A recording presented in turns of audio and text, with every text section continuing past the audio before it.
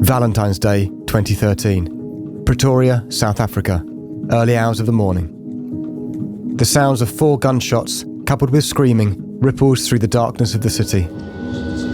Within the 4 walls of Oscar Pistorius' luxury Silver Woods home, a scene of complete and utter devastation unfolds. 29-year-old Reeva Steenkamp is struck by 3 of the 4 bullets fired into the bathroom door, hollow point, and now lies dying in the most brutal and abrupt of fashions. After having placed the gun down and making the call to emergency services, Oscar remains frantic and in an apparent state of shock. And despite being soaked in the blood of his girlfriend, he will go on to plead not guilty. In a global debate surrounding intent, the focus area of the investigation immediately becomes a balancing act between the how and why elements of the case. How did Oscar not know it was his girlfriend behind the bathroom door? And why did Oscar fire the bullets? It's been a very hard journey, and it's going to go on till the day that I die on my deathbed. That hurt never goes away, and it's such a loss to society because she would have done so much. She was so brilliantly clever. Apart from beautiful, she was very intelligent. She had a law degree. She would have made big bookmarks in the world, definitely. And I feel that's sad that that was taken away from her. She will never have a baby. She will never have a wedding. She will never have a wedding dress, which all girls dream of. And they took away that work that she did to build her place in life.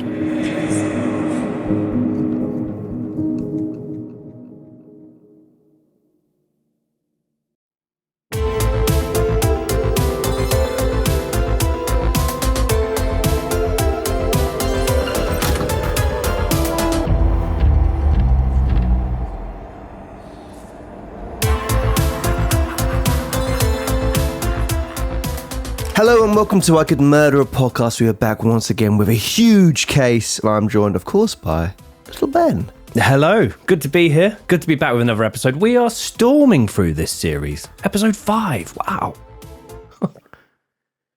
How are we doing, Dan?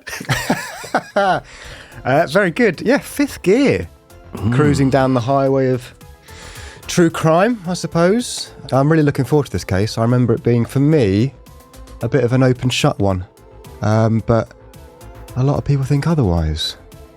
Yeah, this is a very interesting one. It falls into the strange category of celebrity crime, huge sportsman crime. There's maybe surprisingly quite a few out there. We haven't covered a great deal, but it's a very fascinating case. It does split opinion, and obviously we'll be discussing our thoughts on it, and we want to hear what you guys think as well, so let us know in the comments below. Of course it is. Oscar Pistorius, the murder of Reeva Steenkamp. Yeah, it's a fascinating one. I feel like I've said this before, but I remember back in the day watching this trial live on Sky News with my parents, who were very biased with their verdict. And I feel like that kind of made my mind up for me as well. Very easily manipulated. What was their opinion? Reeva was guilty. What was their opinion, Ben? Like most of the YouTube comments I've seen on anything out there, they were overwhelmingly in the Oscar is guilty party. And guilty of murder, not culpable homicide. Yeah, well, we won't give away what we think quite yet. We'll be discussing through it, discussing all the different sides of the case and different theories that go along with it. But yes, as I said, love to hear what you guys think. So let us know in the comments below what you guys think the verdict should have been. So this week, it is, of course, the Oscar Pistorius case, also referred to as the murder of Reeva Steenkamp, the case that divided South Africa, the trial of Oscar Pistorius, the state versus Oscar Pistorius, the case against the Blade Runner, and producer Dan makes music with Harry Potter's bladder. From the cryptic clue last week. Few people probably got that, I would hope. Hopefully. Was it the bladder? Yeah, for the piss. I thought it was just, okay, yeah. Pistorius. I just thought it was Harry Potter doing some kind of, didn't know it was for bladder specific, but there you go. Yeah, I needed to get piss in there. We'll keep this a lot of sound bites. Usually struggle. No. But yeah, for those that don't know, producer Dan makes music, Oscar Corney, Dan's band, and Harry Potter's bladder, Pistorius. Oscar full of piss. Yeah, composer. I reckon I could do that. It would slap, actually, if I made a track out of Harry Potter's bladder. Yep. Yep. Easily manipulated. I'm very That's agreeable. one of your better ones. I think people would have got that one. Yeah, I mean, at the time of recording, episode 1 has just gone live, and a few people have already got the cryptic clue for episode 2. So they're getting them. There are some people that think like me, Tom, which I don't know how you feel about that. I don't know if they think like you or they put themselves in that place, that dark place. Maybe after a few tins, lack of sleep, and just they're like, okay, I can see like Ben. But who knows? But well done if you did get it. And yeah, we'll continue with it. We've got another cryptic clue at the end of the case, Ben. Not only have we got a cryptic clue, Tom, I've got something to share with the world on our three's opinions on various guilty, not guilty trial. And it makes for, if we run the world, girls, it makes for some very eye-opening stats. We're very agreeable in some cases, but we're very divided in others. So I'm fascinated to see what you boys think of this one. Stay tuned for that, guys. But let's get into today's case. Valentine's Day, February 14th, 2013, in the early hours. Unable to sleep during the heat of a South African summer night, Paralympic athlete and global celebrity Oscar Pistorius gets out of bed and makes his way towards his balcony in order to bring a fan into the bedroom. And Ben's asked me to specify that's not a fan of his work, that's a fan that will cool him down. His girlfriend of 3 months, model and reality star Reeva Steenkamp, remained in bed sleeping, and allegedly woke up for a few seconds to ask him, "Are you having trouble sleeping?" Whilst out on the balcony, Oscar believes he can hear noises coming from his bathroom, which is just 2 doors adjacent to his bedroom. He comes back inside to the complete darkness of his bedroom, closing his sliding doors, blinds and curtains, and walks towards his bed, from which he pulls out a 9mm Parabellum pistol. It's believed that at this point he informs Reeva to call the police. As Oscar walks towards his bathroom, he begins screaming towards the perceived intruders, "Get out of my house!" As he arrives in the bathroom, he notices that the window is wide open and that the internal toilet door appears to be locked. Upon the moment that he heard movements from within the toilet, he quickly fired 4 shots into the toilet door. He continues to scream to Reeva to call the police, but his screams are not met with any response. A feeling of complete horror rushes through Oscar's body, and his breathing becomes frantic. Oscar rushes back to the bedroom and soon notices that there is nobody sleeping in his bed. He hurriedly switches on the lights, puts on his prosthetic legs, and rushes back towards the bathroom, screaming out Reeva's name all the while. Eventually, he is able to smash the locked toilet door open with a cricket bat after failing to kick it down, revealing the incredibly gruesome sight of his girlfriend having been struck by 3 of the 4 bullets, all of which were hollow point and once described as zombie stoppers by the very man that fired the gun. Once in the right hip, once in her right arm, and once through her left hand into her skull. Reeva's blood and tissue had been forced all over the toilet walls and floor, and Oscar began to cradle her as she lay dying. He then carried her downstairs, where he attempted to revive her, but she died in his arms shortly afterwards. These are the exact series of events that Oscar Pistorius remained adamant led to the death of Reeva Steenkamp. He believed he was shooting an intruder and protecting his girlfriend in the process. This was initially far more difficult to believe than the idea that Oscar had murdered his girlfriend in a rage. Reeva, who had a passion for helping victims of domestic abuse in her personal time, had perhaps become a victim herself. Very few people believed him, a great number of people doubted him, and a huge amount of negative stories started coming out about his previous questionable behaviours, including issues around jealousy, quickness to anger, the reckless discharge of numerous weapons, and a potential brain injury. But why were all of these stories not brought to life sooner, and was there anything in his background that could explain why such poor decisions were made? Oscar Leonard Carl Pistorius was born on the 22nd of November 1986 in the district of Sandton in Johannesburg, South Africa. Right off the bat, do you want to know, this was a struggle, but do you want to know a little interesting fact about Johannesburg? Of course. There we go. Play the jingle. Yeah. Ben Carter's interesting facts. Very easily manipulated. So, Johannesburg, guys, welcome back. Johannesburg, sometimes referred to as Joburg, Joey's, or Josie. It's the largest city in the world built without a coastline, lake, or river, earning its nickname, Dry Port. It has a metro area of 10 million people with no major rivers or lakes, making it probably the largest city in the world without a large water source. Did that just reword in your last sentence? Just getting it back out there. Yeah.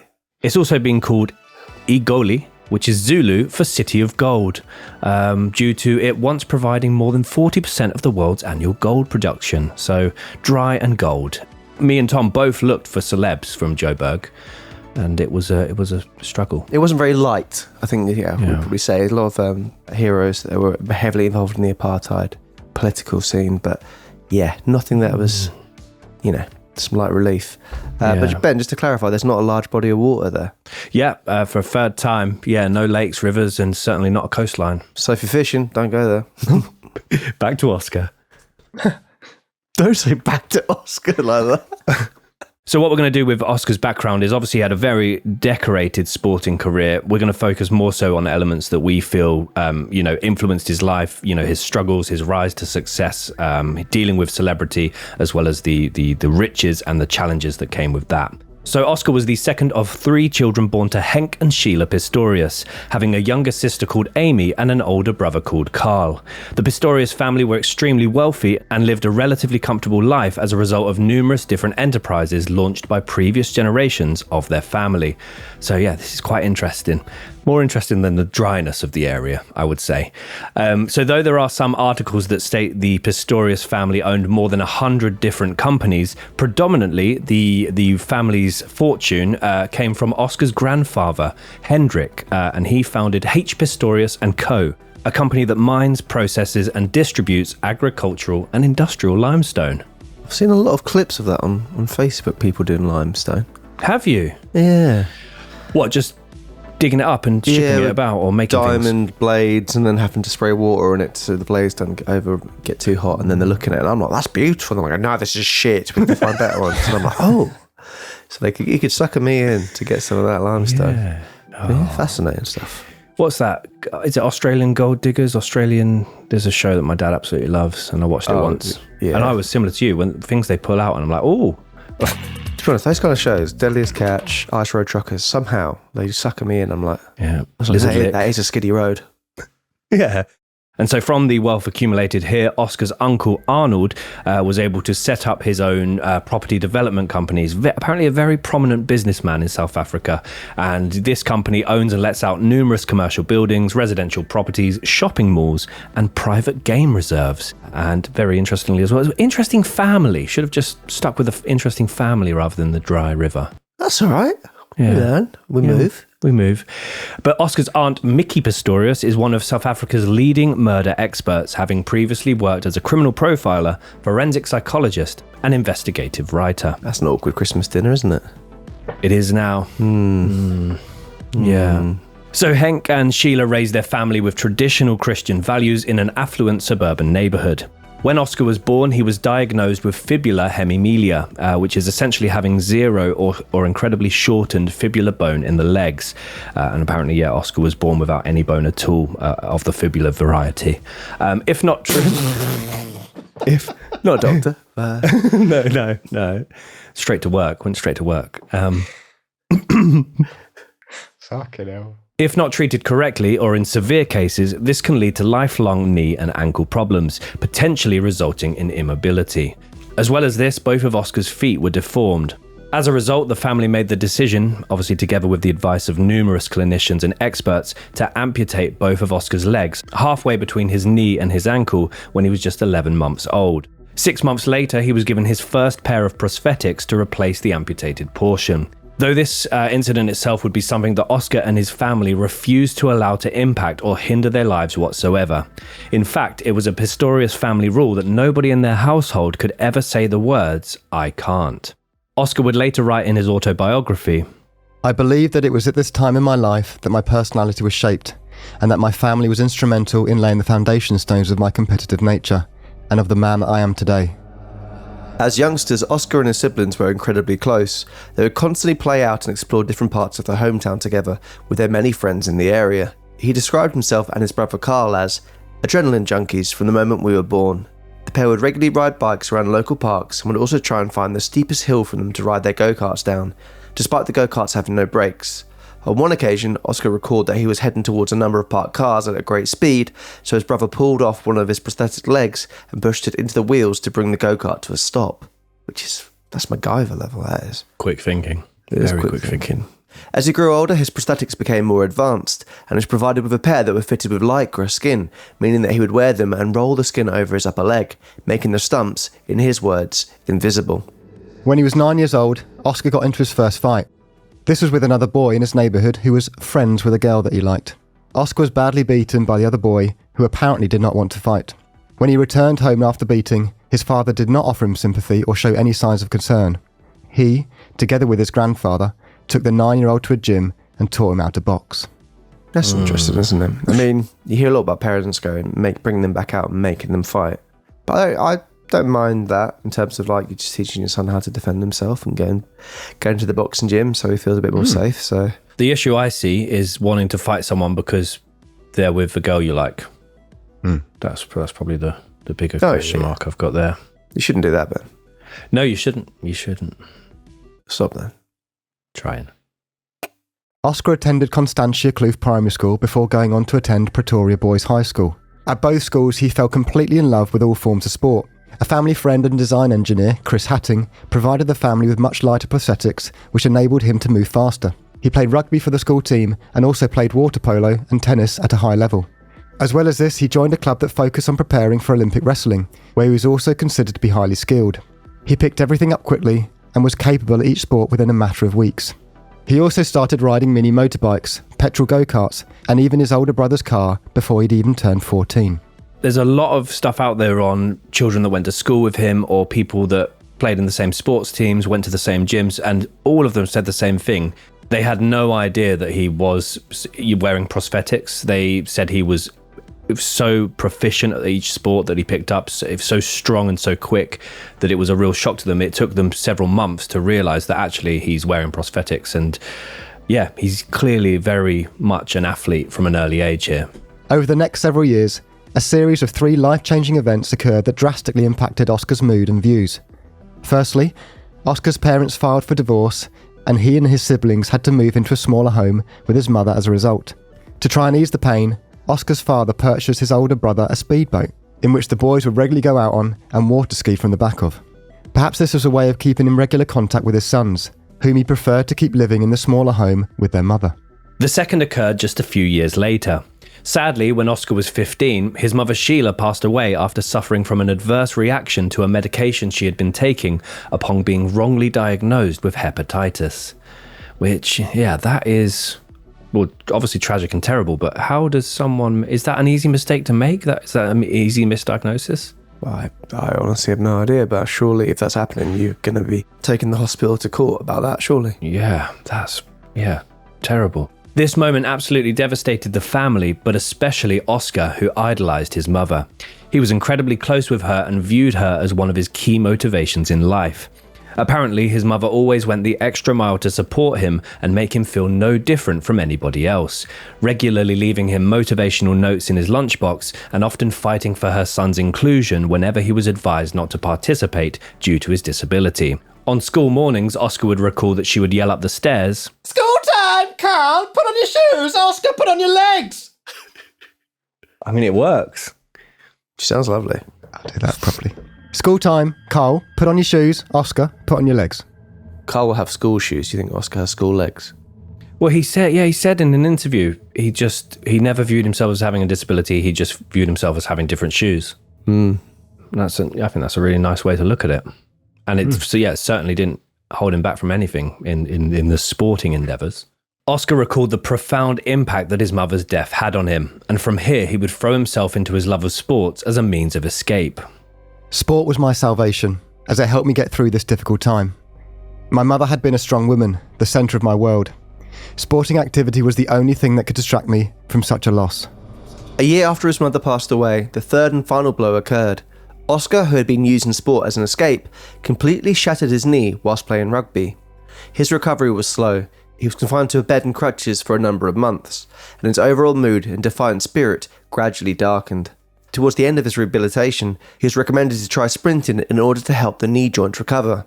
He was invited to America by family friend Chris Hatton in order to try out a new prosthetic, the Flex Foot Cheetah Blades. Just 3 weeks after trying them out, Oscar entered his first 100-metre race and, unbelievably, he won the race in a time faster than any double amputee had achieved before, 11.72 seconds. That is fast. That's very fast. Yeah, definitely. Yeah. I mean, and as well, just to emphasise, cheetah as in the animal, not as in he's cheating. Stay tuned. For people listening on audio, Ben touched his nose and said that. And hit the microphone on the way. So, From here, Oscar was launched into stardom. 8 months later, he represented his country in the 2004 Paralympics at Athens, winning his first gold medal in the 200-metre sprint. He was so fast that he also started racing against non-disabled athletes, once coming second in a 400-metre sprint at the Golden Gala in Italy. He drew in hundreds of thousands of admirers across the world, broke dozens of records, and earned numerous medals and accolades along the way, also earning the nicknames Blade Runner, Tink Tink, and the fastest man on no legs. Tink Tink. yeah. Do we know the background behind that? I don't. I can explain Blade Runner. And I Yeah. can explain the fastest man on no legs. But Tink Tink sounds like Peter stands Pan's out. angry at his little fairy. Tink Tink Tink is- is- The noise that Roadrunner makes. Ting ting ting ting ting ting ting ting ting ting ting ting ting ting ting. Oh, is it, Dan? Just a guess. You know Roadrunner, Wile E. Coyote? Tink Tink. Is it? No? Because fast. He's fast, Roadrunner. Yeah, he is, yeah. He is. Yeah. Thank you. It's probably one of those. Shall I check? It doesn't really matter. Dan was right. Pistorius was dubbed the nickname Tink Tink undoubtedly due to the abnormal noise he makes as he runs. And he took it on as a nickname, apparently. I thought maybe it could also be the amount of races he's winning, the champagne glasses. Tink, tink, cheers. That's also cool, yeah. That's pretty cool. That'd be really, imagine that. His motto became, "You're not disabled by the disabilities you have, you are able by the abilities you have." I really admire how his parents raised him, the fact that, you can do anything, you can achieve anything, and they're more than happy doing sports, never were like wrapping him up in cotton wool. I think that was really positive, and he's obviously kind of grown up with that, and he's gone on to, achieve great things because of that attitude. Yeah, I mean, not to focus on it for too long, but I mean, him taking to running that effectively, that quickly, it doesn't happen. It would take years for him to get that speed down. And his first But it go, didn't. exactly. It's wild. Yeah. Coyote. From all of his achievements, Oscar earned a small fortune as a result of media appearances and sponsorships. He bought himself a luxury 4-bedroom home in the gated community of Silverwoods Estates.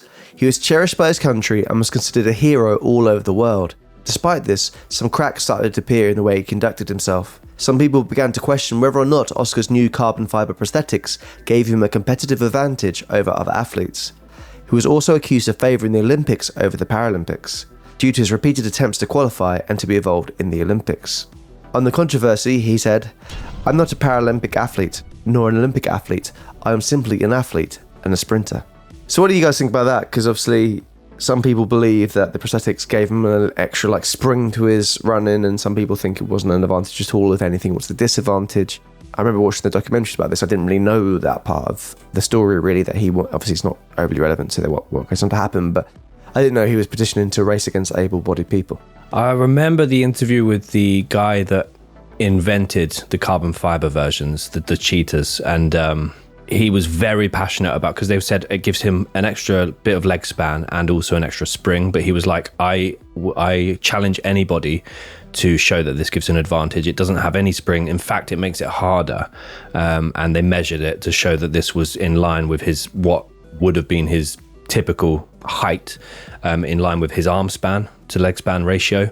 I don't know. I don't feel that he should have been held back. I think the crossover happens a lot more than it's not a completely unusual thing to happen. So I feel like he should have been allowed to compete. But I know that him gravitating more towards the Olympics at this time, really, a lot of his fans thought he was kind of stepping away from the Paralympic events as a result of this, which caused some controversy, and he wasn't very happy with that. I thought that was just more of him flying the flag that that they can compete, and that it's like they should be regarded. It shouldn't be separate. I would have thought it'd be like a positive thing.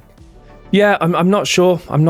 It just seemed to be that he was very passionate about wanting to race in the Olympics as well, and I can completely understand that. And I just think maybe there were some moments where he maybe didn't speak in the best, most fond way of the Paralympics in comparison. But personally, unless it's not giving a clear advantage, I don't understand why that would be a thing to not allow him to do.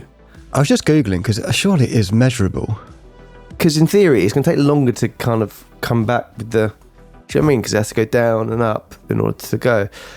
I can see why, it'd be it must be harder to run on that, right? Like, it looks like as well, the Court of Arbitration carried out some research and ruled that his prosthetics weren't shown to provide a net competitive advantage over biological legs. Yeah, so in that way, then it should. Yeah, I don't see a problem in that in him racing. If he can beat other people and it's proved not to be easier, then. Some close to him also noticed changes in his attitude and observed a growing ego. In 2011, Oscar stormed out of a BBC interview when he was questioned about taking part in non-disabled athletics. He had numerous short-term relationships with women that ended badly, according to gossip magazines of the time. He also had numerous very public heated exchanges with fellow athletes after a number of races. Whilst it was rumoured that many athletes would get changed in different changing rooms at Olympic villages because Oscar was always screaming down the phone at his agent, sports journalist Graham Joff recalled his impression of Oscar during this time. He had become a different man to the one I had interviewed so many times before, in the sense that he was a bit standoffish, a little bit cold, not his usual warm self. These new behaviours were big red flags for me, and I was quite surprised that no one in the media or his management team condemned it publicly. He was showing the spoiled brat attitude that came out a year later at the 2012 Paralympics, when he embarrassed the country. So this embarrassment that Joff is referring to was a very public exchange that he had with another Paralympic runner, Oliveira, who had like a long-standing rivalry with Pistorius, and apparently came out and did a press, TV interview and said that Oliveira was running on blades that were too long. So basically challenged the credibility of the race, and just he didn't like losing. Very thing that came. I mean, he didn't lose very often at all, but yeah, really didn't take kindly to being beaten by Oliveira in that particular race. As well as this, there were numerous questionable behaviours not reported by South African journalists during the height of Oscar's fame. He got into numerous altercations at various nightclubs and restaurants, and he once fired his gun through the sunroof of an ex-girlfriend's car shortly after he was stopped and warned for speeding. Also firing the very same gun that allegedly went off in a restaurant. So he was at this restaurant with another, I think it was like quite a celebrity boxer, who handed Oscar the gun under the table, and apparently as he went to put it in his pocket, it discharged and shot to the floor, ricocheting and going into the boxer's girlfriend's toe. Which is not very nice at all. But yeah, very shot through the toe and Oscar's to blame. I haven't got anything. Works though, does work. Shot through the toe and Oscar's to blame. He give guns a bad name. They're already pretty bad anyway. That works. So yeah, his behaviour here, I feel like he feels he's perhaps slightly above the law. He's got good money coming in. He's got a very good reputation. He's admired by hundreds of thousands, and starting to get to his head a little bit here.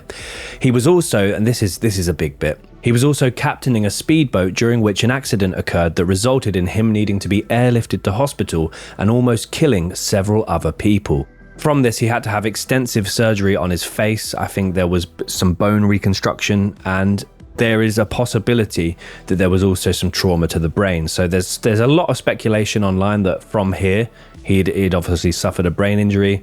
There were notable changes in his personality. There was a great deal of alcohol found on the boat as well. So there's a possibility that he was drunk sailing. Is that the drunk sailing? Yeah, I think Can you drink while you sail a boat? No. Yeah, that's I think makes there's sense. any kind of form of transport. Even riding a bike, obviously not supposed to drink. So any kind of transport, I don't think you can get away with it. What about those little scooters that you scan and? That's like motorised. It is not strictly illegal to consume alcohol on a boat. Yeah, but Driving a boat even, sorry. really? But sailing it or There is no formal offence of drunk in charge of a boat. That seems madness to me. Yeah, that's crazy. Well, it didn't stop. What's his name? Scatino, Costa Concordia. He'd had a few. But that's, I mean, the picture of the crime scene, there's lots of sort of Smirnoff ices and something I spotted that looked quite interesting. Brutal fruits. A little bottle of Brutal Fruits, which is alcoholic fruity drink, I'm assuming. I imagine, yeah. Yeah, but from here, this is what, because it's not picked up on a lot of other podcasts and documentaries I listen to about this case. from here, a lot of his close friends, even the guy that helped to write his autobiography, noticed a real change in Oscar. And this incident itself wasn't highly publicized. It was kept quite quiet. I think, again, there are a lot of accusations of hush money being thrown about here, but people noticing a lot of changes in his personality. And from here, this might have made him more paranoid, potentially more aggressive. This for me is where the big change seems to occur. Gianni Merlo, who helped to co-write Oscar's autobiography, had spent a great deal of time with him during both his personal and professional life. He said the following of Oscar. He could get very furious suddenly. He spoke of a fire inside. He had tough arguments with girls, and afterwards, sweet reconciliation. Does that mean shagging, sweet reconciliation? Baby. And afterwards, sweet, sweet sex. He has always had very beautiful girlfriends. I never saw the temper, but sometimes there were situations where it was apparent.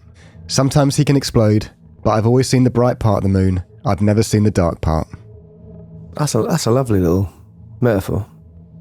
Bright part of the moon, never seen the dark part. I say the dark side, but still nice. Sure, yeah, you're right. Portion. Huh? Portion of the moon, depending on the eclipse. No, it's less poetic. Yeah. I've never seen that portion of the moon. Never saw that dark Give me some more portion. cheese. So despite all of this turmoil, Oscar, depending on who you believe, found some peace in his life in November of 2012. And this was when he was introduced by a mutual friend to law graduate, model, and reality TV star Reeva Steenkamp. Oscar immediately became infatuated with Reeva, who had agreed to accompany him to an awards ceremony when he told her that he did not have a date. From here, a romance blossomed, and Reeva regularly began staying at Oscar's home. Again, depending on which side you believe, there are arguments that this relationship was turbulent and highly erratic. Other friends of the couple suggested that the pair were completely happy and completely in love with one another. Sadly, the relationship would only last for 3 months. And it is here that we move to the timeline of the case against Oscar Pistorius, the murder of Reeva Steenkamp.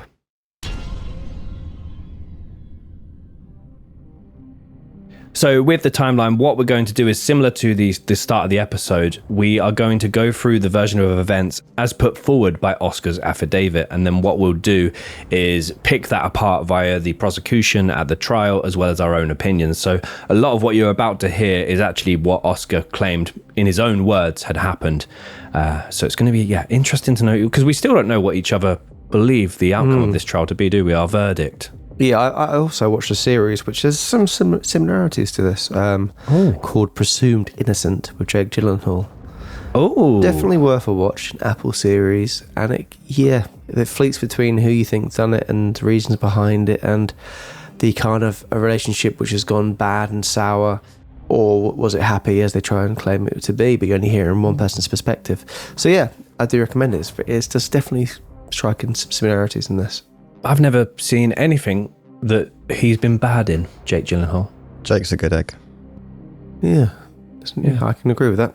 He's a very, very solid actor. There you go. Wednesday, February 13th, 2013, the night prior to the murder. Oscar states the following. Reeva had gone out with her friends, and I was with my friends during the day. Reeva then called me and asked if we could spend the evening at home. I agreed, and we were content to have a quiet dinner together at home. By 10 p.m, we were in our bedroom. She was doing her yoga exercises, and I was in bed watching television. My prosthetic legs were off. We were deeply in love, and I could not be happier. I know that she felt the same way. She had given me a present for Valentine's Day, but asked me to only open it the next day. After Reeva finished her yoga exercises, she got into bed, and we both fell asleep. I am acutely aware of violent crime being committed by intruders entering homes with a view to commit crime, including violent crime. I have received death threats before. I have also been a victim of violence and burglaries before. For that reason, I kept my firearm, a 9mm Parabellum, underneath my bed when I go to bed at night. Just worth noting that in South Africa there's more gun crime than there is in America. Yeah. Which was a stat that I was quite surprised to hear. Although, he's very paranoid, he has been burgled before. You can understand him being worried and concerned about it, but he does seem to be next level, and paranoia is creeping in, and we'll go into some of that, what he says about his worries and the need of having weapons later on. But yeah, I was quite surprised by South Africa being a higher gun crime. be more people killed by guns in America. Yeah, it's there are some mad stats coming up shortly. As well as that, a note worth making is that on the 27th of November 2012, which was roughly around the time that Reeva and Oscar first started dating, Oscar posted the following tweet, which actually makes for pretty morbid and shocking reading given what is about to come. He tweeted the following. Nothing like getting home to hear the washing machine on and thinking it's an intruder to go into full combat recon mode into the pantry. Wow.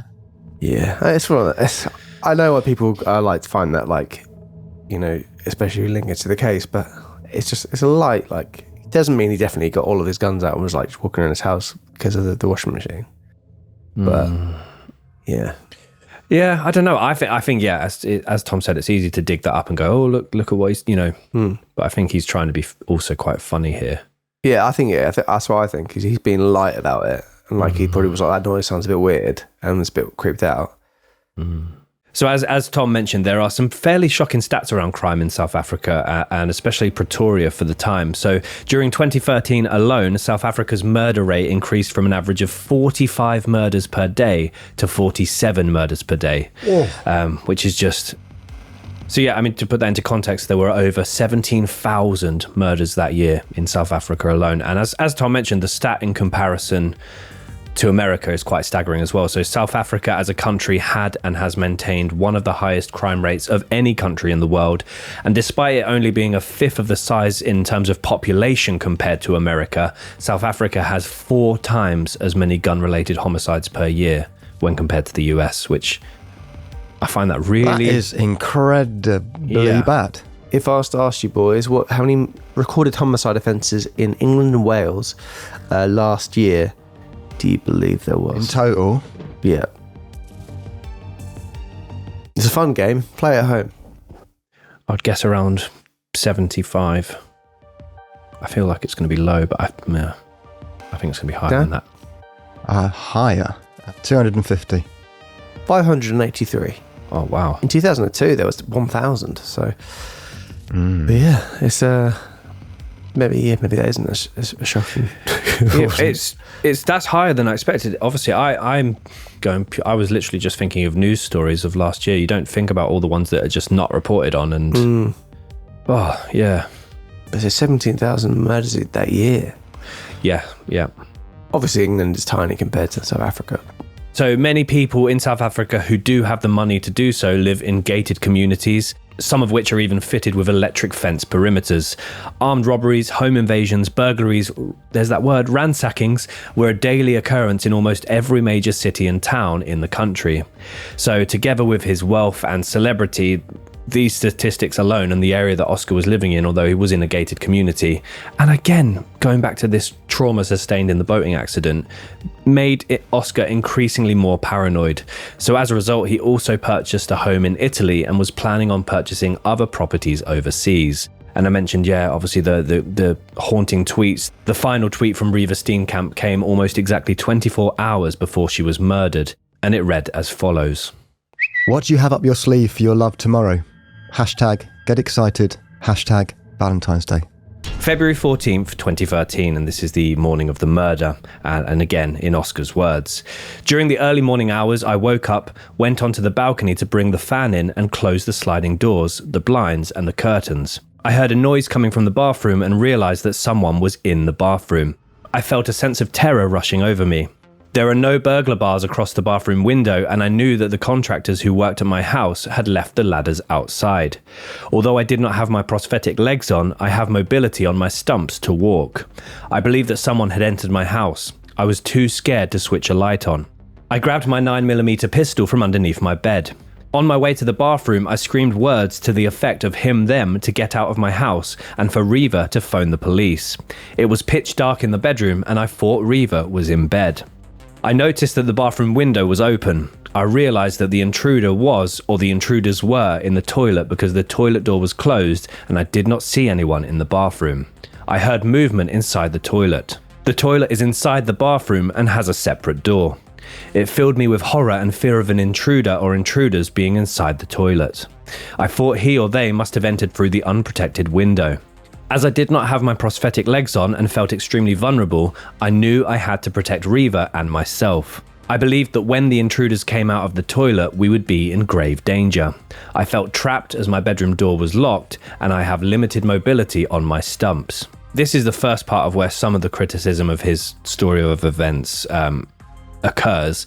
He's not had any acknowledgement from Reeva when he's, whispered or shouted to her, call the police. He's heard nothing back. There's complete darkness in there, so he can't see whether or not there's someone in the bedroom, according to him. And he's made his way to the bathroom, opened the bathroom door. The toilet itself is kind of blocked in the corner with one wooden door at the front of it, and he's seen an open window, which again, it said it was a hot night. It could have been left open by anyone or opened up by anyone as well. He's immediately saying he's, from this point onwards, feared for their lives. But he did say that she woke up and asked him, are you having trouble sleeping around that time? Yeah. So, my point of view here is, if I hear someone's in the toilet and there's me and someone else in the house, I immediately assume that's going to be the other person in the house. I also think if someone's trying to rob my house, especially if they come into my house with a gun in order to steal things, you're not hiding in the toilet. Yeah, I'm not going to find a lot in there. No. So I understand we talked about before, we're going to go into more about the paranoia and how he felt, and he was always kind of a bit anxious and on edge about things. But the idea of not checking or not doing any form of sense check, or the fact that you haven't heard anything back, I find it extremely odd.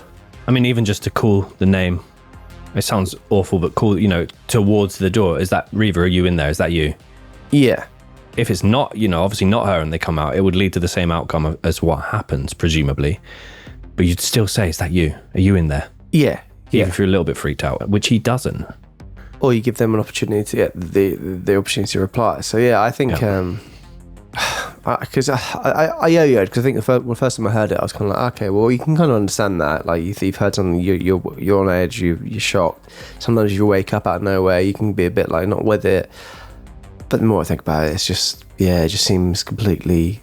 I was like you when this first came out, is that if you take the gun away from the situation, you can kind of understand in a moment of panic, kicking the door down and trying to get an intruder out. But the fact that you've got a gun involved is you can't be trigger happy in that situation. No. Unless you check first. Yeah.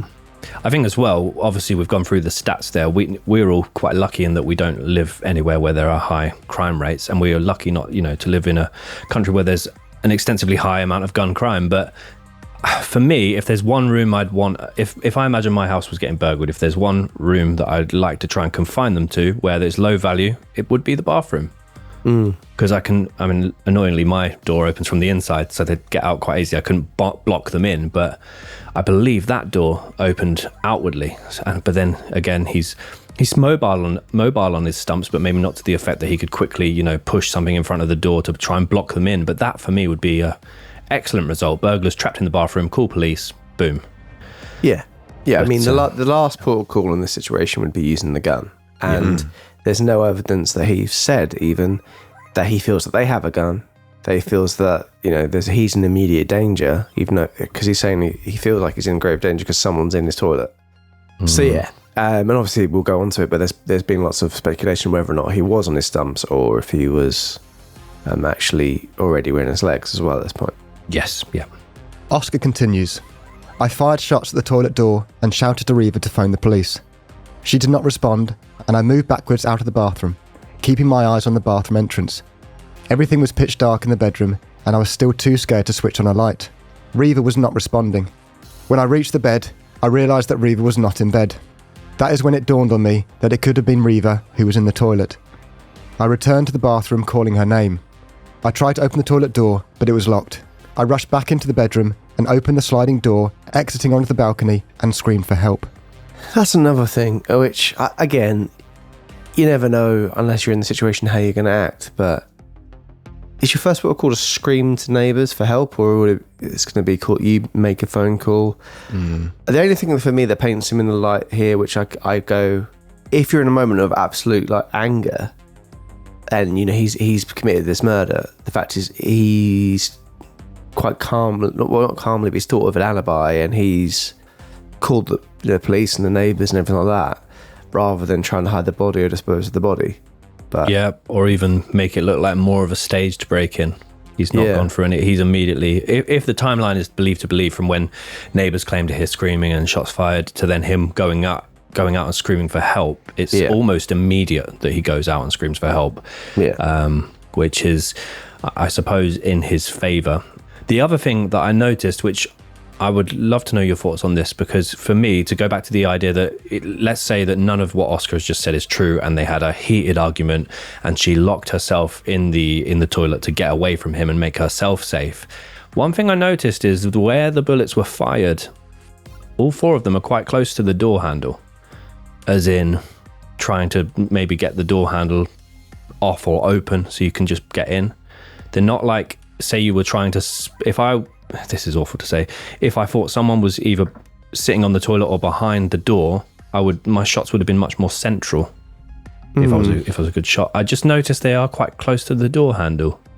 As if she's got in there after an argument and locked herself in, and he's not trying to hit her with the gun, with the bullets. He's trying to open the door. If that's the case, he's a very bad shot. I also would go, I also would be using an item to smash down the door. Which he does go on to do, doesn't he? But in the heat of the moment, what I'm thinking is perhaps... That's the image there. Yeah, maybe it's not as close to the door handle as I remember. I mean, they are heading towards the door handle, but... Guess so. Is he a bit drunk? Wow. Drunk on love. Oscar continues. I put on my prosthetic legs and ran back to the bathroom and tried to kick the toilet door open. I think I must then have turned on the house lights. I went back into the bedroom and grabbed my cricket bat to bash open the toilet door. A panel or a couple of panels broke off the door, and I found the key on the floor and unlocked and opened the door. Reeva was slumped over but alive. I battled to get her out the toilet and pulled her into the bathroom. I phoned Johan Stander, who was involved in the administration of the estate, and asked him to phone the ambulance. I also phoned Netcare and asked for help. I went downstairs to open the front door. So yeah, just a note to make here. Netcare are a company with numerous hospitals and emergency services across South Africa, but predominantly in Pretoria. I returned to the bathroom and picked Reeva up, as I'd been told not to wait for the paramedics, but to take her to hospital. I carried her downstairs in order to take her to the hospital. On my way down, Stander arrived. A doctor who lives in the complex also arrived. Downstairs, I tried to render the assistance to Reeva that I could, but she died in my arms. I am absolutely mortified by the events and the devastating loss of my beloved Reeva. With the benefit of hindsight, I believe that Reeva went to the toilet when I went out to the balcony to bring the fan in.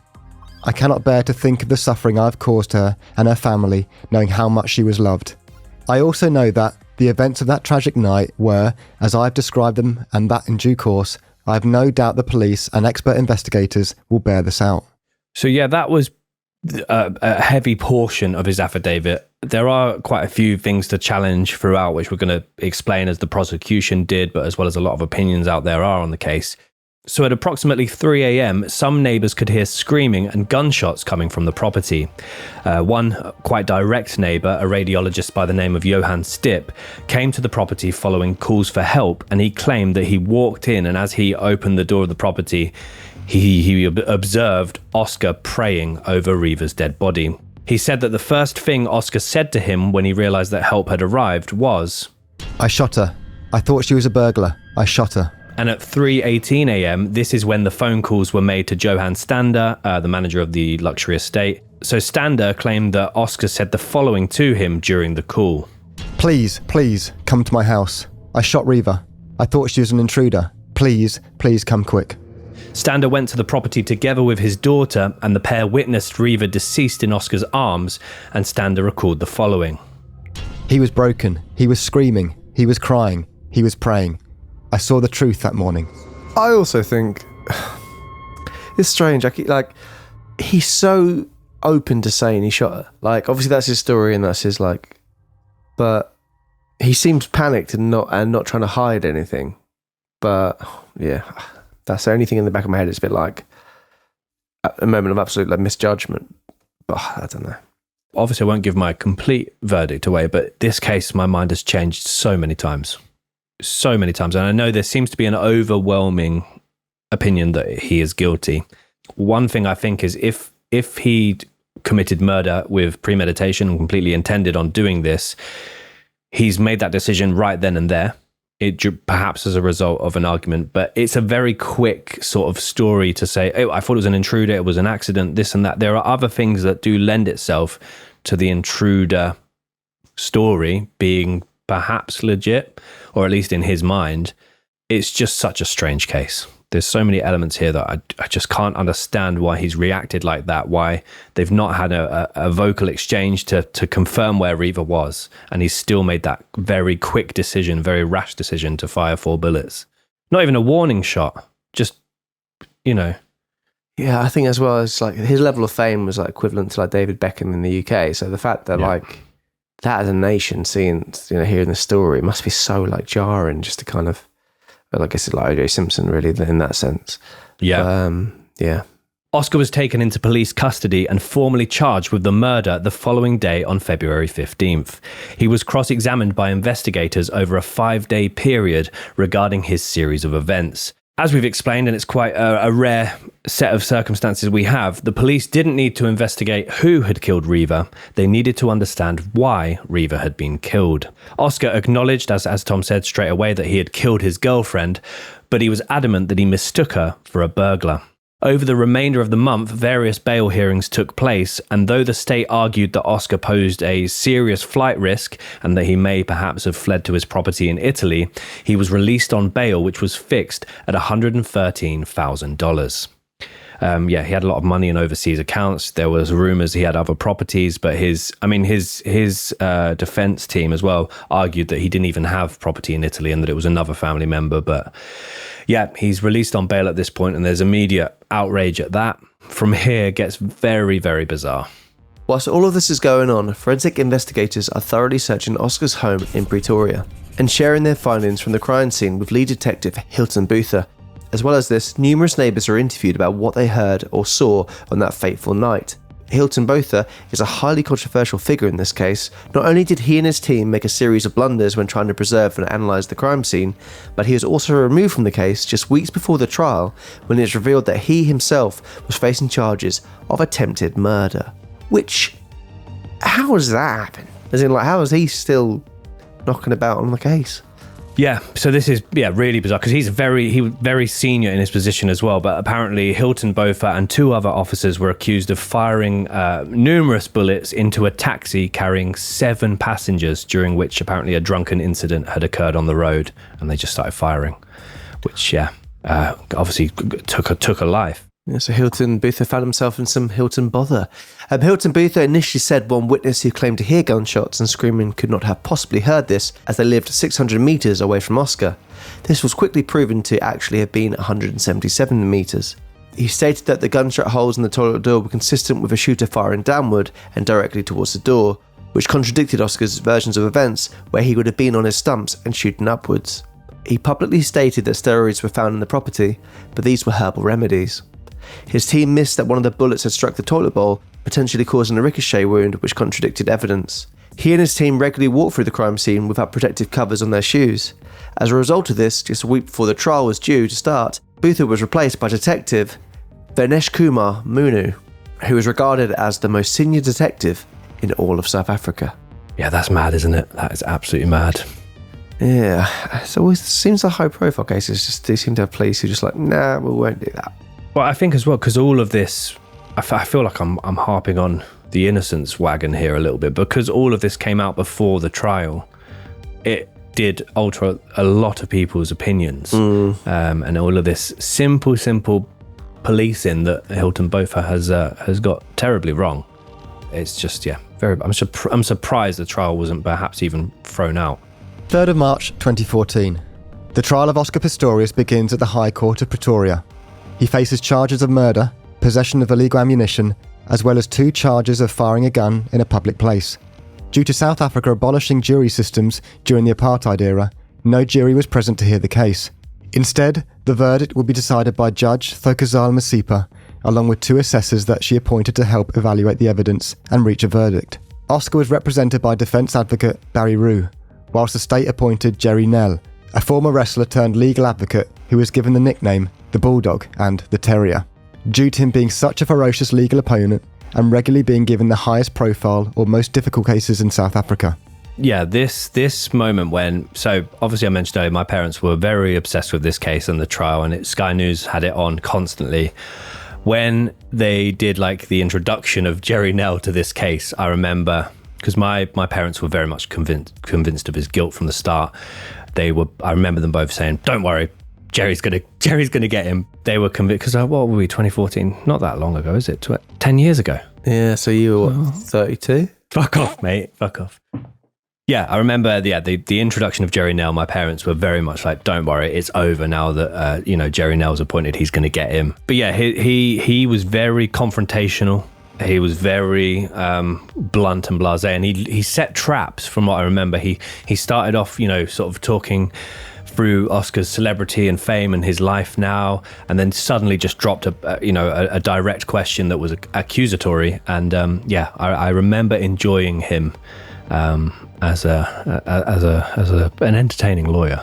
Barry Rue very much stuck to Oscar's version of events, as we outlined in the timeline. Throughout the trial, he painted Oscar as a vulnerable, scared man who was trying to act in self-defense of both himself and Reeva, as he had been convinced that an intruder was in the house. He claimed that Oscar had zero intention to kill Reeva and would never have laid a finger on her. Barry Rue continued to paint Oscar as the second victim of this case, behind Reeva. He challenged the prosecution's proposed timeline of events, as well as the errors made and the lies told by Detective Hilton Botha. The defence claimed that, if Oscar had killed Reeva as the result of an argument, why could nobody hear the argument but could hear the screaming that later occurred? He also suggested that the gunshots that the neighbours claimed to hear were in fact the sound of Oscar's cricket bat against the toilet door. Ultimately, the defence closed its case 4 months later on the 8th of July 2014, where they claimed that Oscar's timeline of events was evidence enough that he should be charged with culpable homicide rather than murder. The bulldog Jerry Nell, meanwhile, brought forward a great deal of evidence to suggest the killing was premeditated and completely intentional, and came as a result of an argument. He claimed that Oscar had conducted a snowball of lies from the moment that Reeva locked herself in the toilet in order to get away from him. He and the prosecution team painted Oscar as a highly paranoid, emotionally unstable, aggressive, gun-obsessed, short-tempered, insecure, and highly jealous individual. I was talking about Oscar Ben, that way. He grilled Oscar during the cross-examination, saying, "You fired 4 shots through the door, whilst knowing that she was standing behind the door." Yeah, as I mentioned, Jerry Nell, very powerful in his choice of words and the way that he delivers certain phrases. So we're just going to play a little short clip of Nell in action for you now. You approached the danger. That doesn't make sense. It's not true. Instead of cowering and running away, at that split moment, I wanted to put myself between the danger, perceived danger, and Reeva, my lady. And you did, by firing. That's correct, my lady. She wasn't scared of an intruder. She was scared of you. It's not true, my lady. I wouldn't like to be in the end of one of his grillings. Unless it was a barbecue, he looks like he would do a good barbecue. It's interesting as well with, obviously there not being a jury there, that Oscar has to plead to the judge in terms of, like, it's not true, my lady. He's not trying to undermine Nell there by calling him my lady, which would be an extreme power play in a very odd situation. But yeah, Nell is someone that you don't really want to get on the bad side of, really. The prosecutor would be quite a good name for a wrestler as well, wouldn't it? Yes. The prosecution rests. Throughout the trial, there were arguments about ballistics and whether or not Oscar was in his prosthetics at the time of the shooting. There were statements from neighbours who claimed that they regularly heard the couple arguing. Footage was shared of Oscar shooting watermelons and then cheering when they exploded whilst describing his ammunition as zombie soppers. I mean, if you got an interest in guns and you're shooting watermelons, that's fine, right? Yeah, I think it just looked it's the same as those tweets. In the context of the case, it looked very damning. I mean, there was a documentary I watched where there was this ballistics and gun ammunition expert. I think that was his actual title. But he had this ammunition that Oscar had in his house was illegal to own. And the way that it worked is when the bullet struck an object or a target, it became like a double-sided claw, so that as it moved through the target, it would bring parts of the target with it, and also what, like similar to a hollow point, it would cause more devastation. Yeah, like the Las Vegas shooter, I was going to say, similar to that. Yeah. Oscar was made to walk across the courtroom on his stumps. There were also hundreds of WhatsApps and text messages between Oscar and Reeva shared in court. Of roughly 1,700 messages that were looked at, 4 of them stood out and were focused on by Jerry Nell. These messages were from Reeva accusing Oscar of possessiveness and jealousy, as well as one message from her sent 3 weeks before her murder that said, "You have picked on me incessantly since you got back from Cape Town, and I understand that you are sick, but it's nasty. I'm scared of you sometimes, of how you snap at me, and of how you will react to me. You make me happy 90% of the time, and I think that we are amazing together. But I am not some other bitch you may know trying to kill your vibe. I am the girl who let go with you, even when I was scared out of my mind too." Obviously, as we mentioned, there were around 1,700 messages that were analysed. 4 of them stood out as out of the lot as quite concerning, and this is a portion of one that's about 3 or 4 paragraphs long. So I'll put the link to the full message in our Facebook group. Yeah, it's pretty scary. I mean, even saying "you make me happy 90% of the time," that allows 10% room for issues. That's a lot of room for an issue. Definitely. Barry Rue, Oscar's defence, argued that 99% of the messages were happy and loving, and pointed to the last text that Reeva sent to Oscar just hours before she died.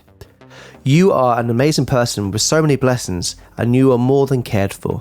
As the trial continued, Oscar had numerous emotional and physical outbursts in court, including wailing, crying, shaking, howling, and vomiting.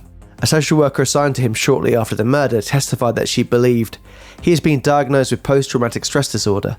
He is genuinely in mourning and is genuinely heartbroken." Jerry Nell, meanwhile, claimed that it was crocodile tears as a result of Oscar not getting his way in court and getting frustrated that his versions of events was carrying less believability. He is highly emotional throughout the entire trial, which lasted for months. Oscar Pistorius and the Whalers. That's good. That is good. Yeah. "Buffalo soldier shot you with a really mean bullet." Yeah. Cut that last bit. There was criticism in the court about making him walk on his stumps, thinking that was humiliating him, and, the fact that the prosecutor had no sympathy whatsoever for his tears. And if he was suffering with PTSD, that behaviour on him and being harsh on him is terrible. But again, it depends on which side of the fence you're on. I feel like the court was a lot harsher here than you'd normally see in an American court and the UK court. They were allowed to kind of push the boundaries a little bit further. But a lot of criticism on the case was the fact that he had a lot of money and he was given a lenient kind of look as well. So, yeah, because at this point he's in his mid 20s, so he's still a young man. He's a celebrity all over the world, and the argument is he's not garnered. I don't want to say he's garnered sympathy throughout the trial, because there are elements that does paint him as a really evil and manipulative person. But the criticism is, if this was, say, the criticism from locals in the area was, if this was, say, a poor black man, the trial would have been very, very different to the situation that we had with Oscar. He is just a poor man with nothing below the knee. Spare him his life for his shooting tragedy. Good. Hello. September 11th and September 12th, 2014. Over a 2-day period, the judge delivered her verdicts. On day 1, she said that the state did not prove beyond a reasonable doubt that Pistorius was guilty of premeditated murder, though she did also state that Oscar acted hastily and used excessive force, and, quote, would have known whoever was behind that door might have been struck and killed by the 4 bullets. On day 2, the judge found Pistorius not guilty of murder, but guilty of culpable homicide of Steenkamp and guilty of reckless endangerment with a firearm, and this was based of the discharge of the bullet in the restaurant in a separate incident. He was found not guilty of the charges relating to discharging a firearm through the sunroof of a car and the illegal possession of ammunition. Sentencing was set for the following month. That's one thing as well, this 2-day delivering of the verdict, and then you have to wait another month for the sentencing. That seems quite staggered. Drawn out, yeah. Yeah. Initially, Oscar was sentenced to 5 years for culpable homicide, as well as a 3-year sentence for reckless endangerment. Over the next decade, numerous appeals would be launched from both the prosecution and the defense. And as well as this, Reeva's parents also launched a separate civil suit against Oscar. He was immediately placed on suicide watch when he was transferred to the prison. 3 years later, with Oscar briefly having been released on house arrest and paroled for good behaviour, in September of 2017, the South African Supreme Court re-sentenced Oscar, charging him with murder. And as a result of this, they added 9 years to his original sentence. And they basically reviewed the evidence, reviewed his timeline of events, and stated that from doing this, they couldn't prove culpable homicide, but they could prove murder, which again, to me, for a Supreme Court to intervene like that, part of me thinks that this was maybe due to public outcry, backlash. Yeah, he spent some time out of prison, living with family, very much on house arrest, and now he's got an additional 9 years and he's now a convicted murderer. So as you may have recently seen, he was released on the 5th of January 2014, 6 months ago at the time of recording, having spent a total of 9 years in prison. He has been barred from drinking alcohol or taking drugs, and he's also been placed on anger management courses as well as gender-based violence courses. He is barred from speaking to the media and is believed to have to remain at one fixed address. And a lot of the speculation is that he's currently living in one of his uncle's mansions. Yeah. It's a highly controversial trial, a highly controversial outcome, and there are a great deal of people outraged by the fact that he is now a free man, or relatively free man. There was also some outrage that he was ever convicted in the first place. Shall we share our thoughts? As I said, I yo-yo a little bit, I have to admit. I think whatever opinion I fall on, I think I agree with the assessment of shooting those 4 shots to the door. You need to be doing that thinking that the person behind the door is going to die. And it's, as I said earlier, or giving the right to reply and seeing if Reeva was in there. So I think in that sense, that it's a completely unwarranted action in terms of him doing it. And even if it's total negligence, this is me kind of being a bit on the fence, even if it's total negligence, he needs to be punished for that behaviour. Do I believe he had an argument and that's how he acted? I don't actually know now, because I'm kind of like, there isn't enough evidence for me between their relationship of him being ultra, there's no clear example of violence between their relationship. That's not to say there never was. She may never mentioned it or spoke out about it, but he's quick to anger, this I've said before, but it's never been mentioned that he has been domestically abusive or anything like that. So if it was just a random one-off, I'm just tying myself in knots, really. One of you tap in and I'll think about it more. Like I said at the beginning, I do find it a bit of a open shut case for me. I do think he's guilty. I do find the story pretty convincing, his story, his side of events, and I do also feel like the emotion that he displayed in court was genuine, as in not crocodile tears.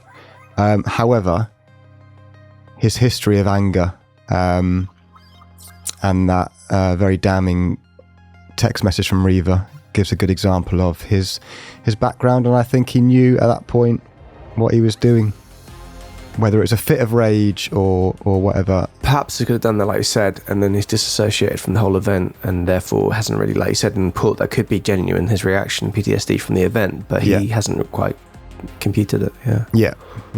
I think I'm somewhere between you boys. I completely understand what Tom's saying, because as we were researching this, I've gone from both verdicts quite a number of times. I remember at the time, absolutely was convinced he was completely guilty. I think his behaviour on that night was very questionable, very brash. Considering the pair were only together for 3 months, for her to already be scared of him. I'm not saying it's okay to ever be scared of your partner, whatever the duration of your relationship is, but that's quite concerning. I think I went on about it at the time, the boat accident. I feel like if there is, a serious head injury there, I mean, he was out cold, had to be pulled out of the water, airlifted to hospital, reconstruction surgery on his face and head. For me, I think he's guilty. What pulls me away from guilty sometimes is the fact that he's immediately called for help. I think it's a heat of the moment. He's done it and realized, oh shit, I've done that. And he's still then tried to call for help. He would have been far more obviously guilty looking if he tried to stage a break-in, or, I mean, who knows, maybe he opened that window afterwards. Yeah. For me as well, I would say there's not enough evidence here beyond a reasonable doubt for me to say he's guilty. Yeah. But if I had to pick one of the two, which is not how it works, I would go guilty, yeah. So yeah, I advise watching Presumed Innocent because lots of this themes definitely run through that. I think a heartbreaking thing as well for me is Reeva was a remarkable woman. She was looking to become a lawyer and looking to work in domestic abuse and violence against women was one of her key areas she wanted to get involved in. And sadly, that going full circle and ending, her life was ended within that kind of realm is particularly, just makes it slightly more heartbreaking. When we started filming this, at the beginning of it, I was like the same as you, Dan, open and shut, and I kind of have been stewing on it a little bit. And I can't say beyond reasonable doubt that I 100% think it was this way, or if it wasn't just a rash man acting, trying to defend and being very rash with his decisions. So, yeah, like I said earlier, let us know in the comments below. We'd love to hear what you guys think, and it's always interesting to see what you guys think. So yeah, share your thoughts. This is the thing. Everywhere I look it seems to be a running theme with social media and YouTube comments. It is overwhelmingly in the guilty camp, and he'll now have to. There was something I read or heard on a BBC News story. He's going to have like 24-hour security because obviously he's still in South Africa in an area where gun crime is particularly high, as we've covered, and there are groups of people infuriated by the fact that he's walking free. Definitely, and it's worth mentioning he was the hero for lots of people. Like lots of people he was the shining light of South Africa for a period. So a lot of people are just heartbroken about this as well. In that sense, that they've lost a national hero, a national treasure.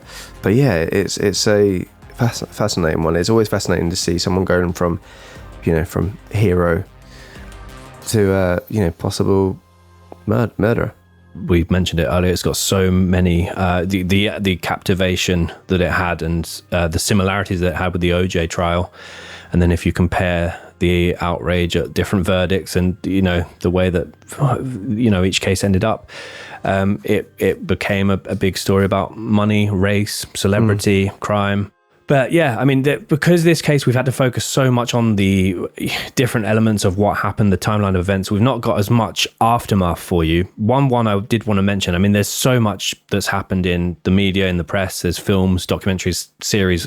There was one thing I remember from the trial at the time is Paddy Power, the bookie, got in a lot of trouble for a very controversial advertisement that they made, and it was "Money back if he walks."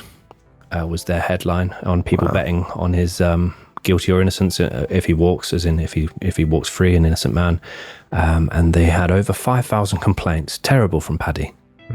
Terrible from Paddy. But what we're going to do to wrap up is I have made a table of all of the innocent, guilty, divisive cases that we've covered over the years. And I'll paste it here so we can all see it. I think it's quite interesting. So this is a table of all the different divisive cases we've covered, whether they're wrongful convictions, contested outcomes. These are our verdicts for all the different cases we've covered. If you're an audio listener, we've got Casey Anthony, all of us are guilty. Michael Peterson, Tom and Ben on the innocence camp, Dan on the guilty camp. West Memphis 3, all of us on innocent. Adnan Syed, Tom and Dan innocent, me guilty. Dali Routier, all guilty. The Bain family, David Bain, all guilty. Amanda Knox, all innocent. Central Park 5, all innocent. Stephen Avery, Tom guilty. Ben innocent. Dan unsure. I can't fathom the way you guys think he's innocent, but yeah.